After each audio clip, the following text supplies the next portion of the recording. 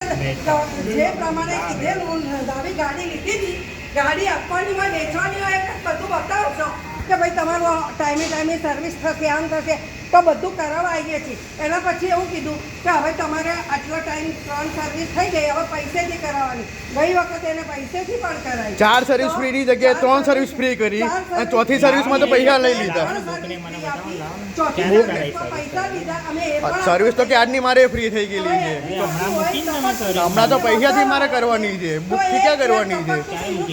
સવારમાં જ મૂકી ગયો ભાઈ ભાઈ પેલા ભાઈને આપેલું છે કાગળિયું તમને આપ્યું છે. તમે શું સમજી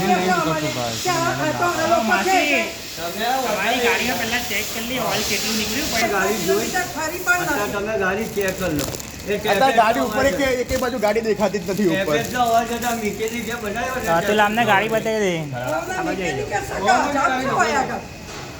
એમની સર્વિસથી ચેક કરવાનું તો અરે એવું સમજી ગયા કે છોકરો છે ને એને ધમકાઈ ડરાઈને અમે આમ કરી નાખીએ. એવું નહીં હોય. આ છોકરા નાના થોડી છે કે આવો નાનો હોય તો બસ તમે કહું હમણાં તો વાત સાંભળ્યા વગર સીધા ભાઈ ગરમ જ થઈ ગયા ને. વાત સાંભળ્યા વગર સીધા ગરમ જ થઈ છે ને. નાનો છોકરો આવે ને તમે નાના છોકરાને તો પહેલી વાત તો તમે કહી શકો ધમકાયા. આટલા મોટા ભાઈ ધમકાયા ના અમારી કહેવાની વાત શું છે, તમે લોકો તમારો ખોટ કેમ સ્વીકારતા નથી? આટલા મોટા ભાઈ છે એને કોણ ધમકાવે? તમે તો પણ ધમકાવાનો સાંભળે પણ વાત જ સાંભળે છે. પેલા વાત સાંભળે છે. વાત સાંભળી ભાઈ આ વાત આટલા મોટા હોય થોડી ધમકાઈ શકે. વાત સાંભળે છે, કઈ બોલવા પણ દે છે.